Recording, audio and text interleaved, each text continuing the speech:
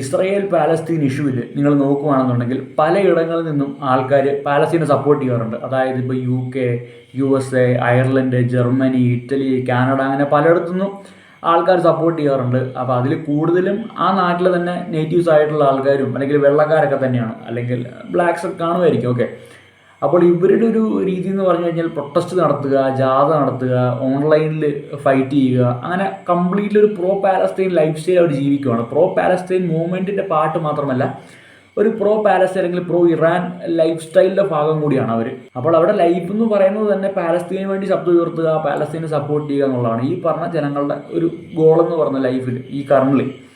അപ്പോൾ അങ്ങനെ നോക്കുവാണെങ്കിൽ ഇന്ത്യയിൽ അങ്ങനത്തെ ആൾക്കാരുണ്ട്, കേരളത്തിൽ അങ്ങനത്തെ ആൾക്കാരുണ്ട്, സോ പാലസ്തീൻ സപ്പോർട്ടേഴ്സും ഉണ്ട്. അപ്പോൾ ഈ പ്രോ പാലസ്തീൻ സപ്പോർട്ടേഴ്സും പ്രോ ഇസ്രായേൽ സപ്പോർട്ടേഴ്സും ഉള്ള സമയത്ത് ഞാൻ ഒരു കാര്യം പറയാം. ഇന്നലെ സംഭവിച്ച ദമാസ്കസിലെ ബോംബ് സ്ഫോടനം, അതായത് സൂയിസൈഡ് ബോംബിംഗ് ആയിരുന്നു. ഒരു ചാവേർ ആക്രമണം, ഒരു പള്ളിയിൽ, ഒരു ക്രിസ്ത്യൻ ചർച്ചിൽ ഒരു ബോംബ് സ്ഫോടനം ഉണ്ടായി. അതുപോലെ തന്നെ നൈജീരിയയിലൊക്കെ നോക്കുകയാണെന്നുണ്ടെങ്കിൽ ക്രിസ്ത്യൻ കമ്മ്യൂണിറ്റിക്കെതിരെ ഒരു വലിയ എന്താ പറയുക മസാക്കർ നടക്കുന്നുണ്ട്, ഒരു കൂട്ടക്കൊല നടക്കുന്നുണ്ട്. അപ്പോൾ ഇതൊന്നും ആരും കാണുന്നില്ല, ഇതൊന്നും ആർക്കും കാണാൻ പറ്റുന്നില്ല. അവർക്ക് അപ്പോഴും പാലസ്തീൻ എന്ന് മാത്രം പറയാനേ സമയമുള്ളൂ. അല്ലെങ്കിൽ പലയിടങ്ങളിലും മൈനോറിറ്റീസ് ആയിട്ടുള്ള ആൾക്കാർ പല പീഡനങ്ങൾക്ക് ഇരയാകുന്നുണ്ട്, പക്ഷെ അതൊന്നും ഇവർ കാണുന്നില്ല. ഞാൻ പറയുവാണെങ്കിൽ ഈ ഫോറിൻ വൈറ്റ്സും ഒക്കെ ഫോറിൻ ആൾക്കാർ ഈ വോക്ക് മെൻറ്റാലിറ്റിയാണ്. വോക്ക് എന്ന് പറയുമ്പോഴത്തേക്കും റിയാലിറ്റിയെ അക്സെപ്റ്റ് ചെയ്തിട്ട് ആ അക്സെപ്റ്റ് ചെയ്ത റിയാലിറ്റിയെ ഫേസ് ചെയ്ത് അവിടെ ഒരു മാറ്റം കൊണ്ടുവരാൻ നോക്കാതെ, ഓക്കെ റിയാലിറ്റി ഇങ്ങനെയാണ്, അപ്പോൾ ഞങ്ങൾക്ക് ഞങ്ങളുടെ റിയാലിറ്റി വേറൊരു റിയാലിറ്റി വേണം, അത് പെട്ടെന്ന് വേണമെന്ന് പറഞ്ഞിട്ട് ക്ഷമയില്ലാത്തൊരു കൂട്ടം ആൾക്കാരാണ് വോക്കുകളെന്ന് പറയുന്നത്. അവർ പറയുമ്പോൾ ഭയങ്കര ഇക്വിറ്റി ഒക്കെ പറയുമെങ്കിലും അവർക്ക് ഒരു കോമൺ സെൻസ് ഇല്ല, അല്ലെങ്കിൽ റിയാലിറ്റി അക്സെപ്റ്റ് ചെയ്യാൻ അറിയത്തില്ല. അവർക്ക് അവരുടെ റിയാലിറ്റി ബിൽഡ് ചെയ്യണം. സോ അങ്ങനത്തെ ആൾക്കാർ നോക്കുമ്പോഴത്തേക്കും അവർ കാണുന്നത് പാലസ്തീൻ ജനതയുടെ കഷ്ടങ്ങളും ഇറാൻ്റെ കഷ്ടങ്ങളൊക്കെയാണ്. പക്ഷേ അതേ ആൾക്കാർ തന്നെ ഒക്ടോബർ 7 സംഭവിച്ചിട്ടുള്ള ഇസ്രായേലിന് നേരെ ഉണ്ടായിട്ടുള്ള അറ്റാക്ക്, ഹമാസ് എന്ന് പറയുന്ന ഭീകരവാദി സംഘടന അവിടെ പോയിട്ട് ഒരുപാട് പേരെ കൊന്നിട്ടുണ്ട്. ഇപ്പോൾ ഇസ്രായേലിൻ്റെ ബോംബിങ്ങിൽ പാലസ്തീനിൽ ആൾക്കാർ മരിച്ചിട്ടുണ്ട്. ഇറ്റ്സ് എ ട്രൂത്ത്, സത്യമാണ്. അതിന് കാരണം ഹമാസ് അവിടെ ഒളിച്ചിരിക്കുന്ന സ്ഥലങ്ങളൊക്കെ മോശമായിട്ടാണ്. അതായത് അവർ ഇപ്പം നേർക്ക് നേരെ നിന്നിട്ട് ബോംബിടാന്ന് പറഞ്ഞു കഴിഞ്ഞാൽ അവിടെ അവരെ മരിക്കത്തുള്ളൂ. അവർ സാധാരണക്കാരുടെ അടുത്ത് പോയി നിന്ന് കഴിഞ്ഞാൽ പിന്നെ ബോംബ് ഇടുമ്പോഴത്തേക്കും, അല്ലെങ്കിൽ ഹോസ്പിറ്റലിൽ അടിയിൽ പോയിരുന്നാൽ, സ്കൂളിൽ അടിയിൽ പോയിരുന്നു കഴിഞ്ഞാൽ പിന്നെ ബോംബ് ഇടുമ്പോഴത്തേക്കും ആ ജനങ്ങൾ മരിക്കും. പക്ഷേ ആ സ്ഥാനത്ത് ഈ ഒരു സിറ്റുവേഷൻ നോക്കുകയാണെന്നുണ്ടെങ്കിൽ ഇസ്രായേലിൽ അതിക്രമിച്ച് കടന്നു വന്ന് കുറേ പേരെ കൊന്നു. അപ്പോൾ ആ ഒരു സമയത്ത് ആരും അങ്ങോട്ട് നോട്ടീസ് ചെയ്യുന്നില്ല. ഈ മീഡിയയ്ക്ക് ആ ഒരു കാര്യം വേണ്ട, മീഡിയയ്ക്ക് അതിനെപ്പറ്റി മീഡിയ പറയുന്നത് അങ്ങനെ ഒന്നും ഉണ്ടായിട്ടില്ലെന്നാണ്. പ്രോ പാലസ്തീൻ ആയിട്ടുള്ള ആൾക്കാർ പറയുന്നത് അങ്ങനെ സംഭവിച്ചിട്ടില്ല, സംഭവിച്ചെങ്കിൽ നല്ല കാര്യം എന്നാണ് പറയുന്നത്.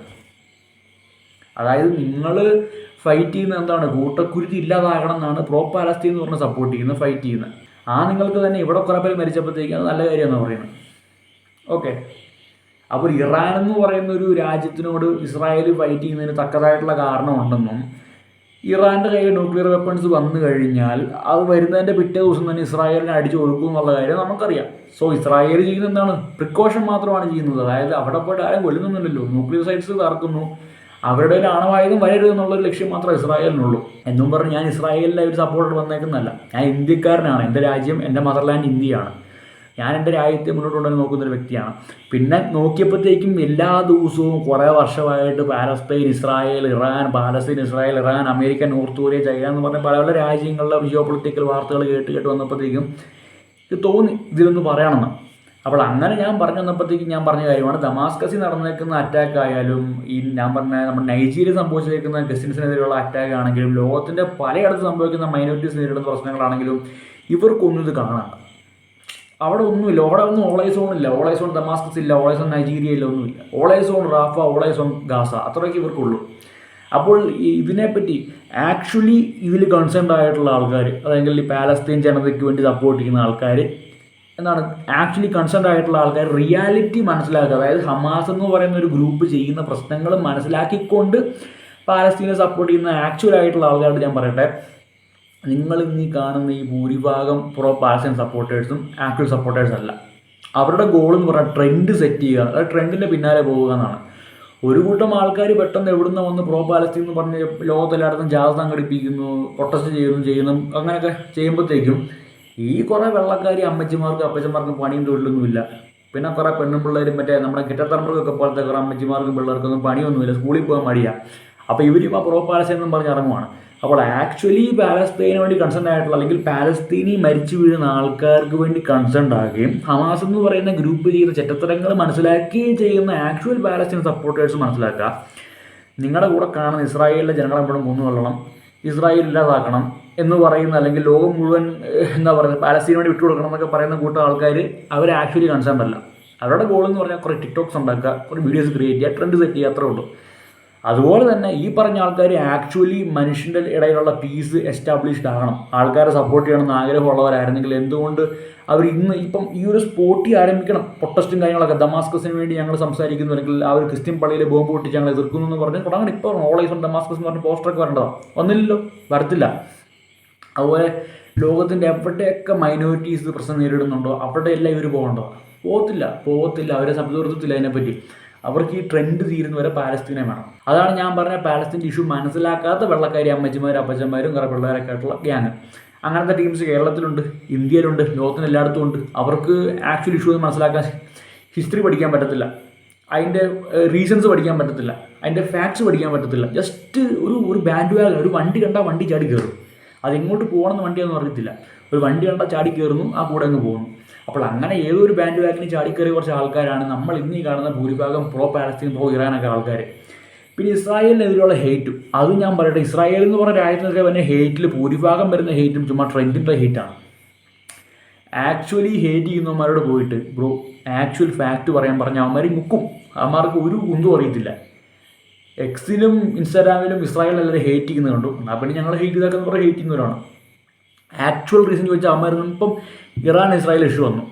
ഈ ഇഷ്യൂവിൽ ഇറാൻ്റെ ഭാഗത്ത് ന്യായമാണെന്നും പറഞ്ഞ് കുറേ പേർ ഇസ്രായേൽ ഇല്ലാതാക്കണം, ഇസ്രായേൽ മോശക്കാരാണെന്ന് പറഞ്ഞ് ഇറാനാണ് സൂപ്പർ പവർ എന്നൊക്കെ പറയുന്നുണ്ട്. ബ്രോ ഇറാൻ്റെ കയ്യിൽ ആണവായുധം വന്നു കഴിഞ്ഞാൽ അല്ലെങ്കിൽ ആണവ വെപ്പൺസ് വന്നു കഴിഞ്ഞാൽ the next day they one blast എന്നാണ് ഇസ്രായേൽ.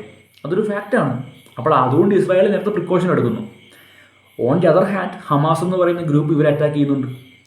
അപ്പോൾ അതിൻ്റെ ഭാഗമായിട്ട് ഇസ്രായേൽ നടത്തുന്ന ബോംബിങ്ങിലാണ് പാലസ്തീൻ ജനങ്ങൾ മരിച്ചേക്കുന്നത്. അപ്പോൾ മരിക്കുന്നുണ്ട്, സംഭവിച്ചു, ഇറ്റ്സ് എ ട്രൂത്ത്. ഓക്കെ, അതായത് സാധാരണക്കാർ ജനങ്ങൾ മരിക്കുന്നുണ്ട്. അപ്പോൾ ആ മരിക്കുന്ന ജനങ്ങളുടെ സപ്പോർട്ട് ചെയ്യുന്നവരാണ് പ്രോ പാലസ്തീൻ സപ്പോർട്ടേഴ്സ് ആക്ച്വലി. പക്ഷേ അതേസമയം തന്നെ ഹമാസ് ചെയ്യുന്ന കാര്യം അക്നോളജ് ചെയ്യുകയും അത് റിയാലിറ്റി ആയിട്ട് അക്സെപ്റ്റ് ചെയ്യുകയും ചെയ്തുകൊണ്ട് അവിടെ വർക്ക് ചെയ്യുന്നവരായിരിക്കണം യഥാർത്ഥ പ്രോ പാലസ്തീൻ സപ്പോർട്ടേഴ്സ്. ഇവിടെ നമ്മൾ കാണുന്ന ചുമ്മാ ഗ്യാങ് പിടിച്ച് ഇവന്മാർ ഇവിടെ ഇല്ലാതാവണം അവന്മാരില്ലാതാവണം എന്ന് പറഞ്ഞ് ഗ്യാങ് പിടിക്കുന്നവരാണ്. ഞാൻ കഴിഞ്ഞ വീഡിയോ പറഞ്ഞാൽ ഇത് നമ്മുടെ ഫൈറ്റ് അല്ല. ഈ ലോകത്തുള്ള പകുതിമുക്ക് ആൾക്കാരെ മനസ്സിലാക്കാതെ നമ്മുടെ ഫൈറ്റ് അല്ല ഇത്. ആ ഒരു പർട്ടിക്കുലർ റീജിയനിൽ മാത്രം നിൽക്കുന്ന അല്ലെങ്കിൽ വലിയൊരു ഫൈറ്റാണ്. അതിനെപ്പറ്റി മനസ്സിലാക്കണമെന്നുണ്ടെങ്കിൽ ആ റീജിയനായിട്ട് നമുക്കൊരു ക്ലോസ് കോണ്ടാക്റ്റ് വേണം, അല്ലെങ്കിൽ ആ ജനങ്ങൾക്ക് അതിൻ്റെ ഇമ്പാക്റ്റും ഡെപ്തും മനസ്സിലാകത്തുള്ളൂ. ഇതിൻ്റെ പിന്നിൽ ഹിസ്റ്ററി ഉണ്ട്, ഒരു ലോങ് ഹിസ്റ്ററി ഉണ്ട്, ഒരു ഡീപ്പായ റൂട്ട്സ് ഉണ്ട്, ജിയോ പൊളിറ്റിക്സ് ഉണ്ട്, ജിയോഗ്രഫിക്കൽ ചേഞ്ചസ് ഉണ്ട്, അങ്ങനെ പലതുണ്ട്. അപ്പോൾ അതൊക്കെ വെച്ച് നോക്കുമ്പോഴത്തേക്കും നമ്മൾ ഇന്നീ കാണുന്ന ഭൂരിഭാഗം പേരും ട്രെൻഡ് സെറ്റേഴ്സ് മാത്രമാണ്. പിന്നെ വേറൊരു പോയിന്റ് പറയുകയാണെങ്കിൽ മതമാണ് ഇവിടുത്തെ പ്രശ്നം മെയിനായിട്ട്. നമ്മളിപ്പോൾ എത്ര പൊളിറ്റിക്കലായിട്ട് മൂവ് ചെയ്താലും എങ്ങനെയൊക്കെ നമ്മൾ കൊള്ളിക്കാതെ പോയാലും അവസാനം വന്ന് കൊള്ളുന്ന മതത്തിലൊക്കെ തന്നെയാണ്. അപ്പം മതം വെച്ച് പറയുവാണെങ്കിൽ പോലും പറയട്ടെ, മതത്തിൻ്റെ പിന്നാലെ പോകുന്ന ട്രെൻഡും ഉണ്ട്. അപ്പോൾ ഓരോ മതം കാണുമ്പോഴത്തേക്കും എന്താണ് ഇപ്പോൾ ജൂതന്മാർക്കെതിരെയുള്ള ഹെയ്റ്റ്, അപ്പോൾ അതും പറഞ്ഞ് ഇസ്രായേലിൽ എതിരെ ഹെയ്റ്റ് ചെയ്യുമ്പോഴത്തേക്കും ഹിറ്റ്ലറിനെ കൊണ്ടുവരികയും ഹിറ്റ്ലർ ചെയ്ത നല്ല കാര്യം എന്നൊക്കെ പറഞ്ഞൊരു കൂട്ടം ആൾക്കാരുണ്ട്. അപ്പോൾ അവരുടെ ഗോൾ എന്ന് പറഞ്ഞാൽ ജൂതം എന്ന് പറയുന്ന ആ ഒരു ആൾക്കാരെ താഴ്ത്തി കെട്ടുകയും സ്വാഭാവികമായിട്ട് അറിയില്ല മുസ്ലിംസ് ആയിട്ടുള്ള അവരെ പൊക്കിക്കൊണ്ടുവരികയുമാണ്. അപ്പം ആക്ച്വലി നോക്കുകയാണെന്നുണ്ടെങ്കിൽ അത് ആ ഒരു പർട്ടിക്കുലർ കൂട്ടം ആൾക്കാരുടെ ഗോളാണ്.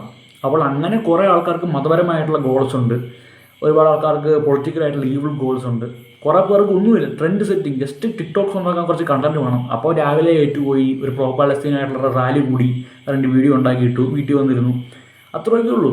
അപ്പോൾ ഇതിൽ മതമുണ്ട്, പൊളിറ്റിക്സ് ഉണ്ട്, ട്രെൻഡുണ്ട്, അതുപോലെ പൈസ ഉണ്ടാക്കണം എന്ന് ആഗ്രഹമുള്ള പരിപാടിയുണ്ട്, ചാരിറ്റി ഉണ്ട്, ഫേക്ക് ചാരിറ്റി ഉണ്ട്, അങ്ങനെ പല മിക്സാണത്.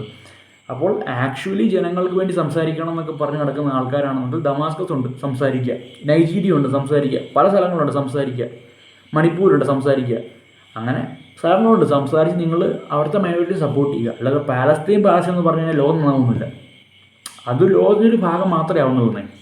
ലോകത്തിൻ്റെ പലയിടങ്ങളിൽ സാധാരണക്കാർ മരിച്ചു വീഴുന്നുണ്ട്. അപ്പോൾ അവർക്ക് കൊണ്ടെല്ലാം സംബന്ധിച്ച് വരുത്തുക. അതാണ് ആക്ച്വൽ ഫ്രീഡം ഫൈറ്റേഴ്സ് എന്ന് പറയുന്നത്.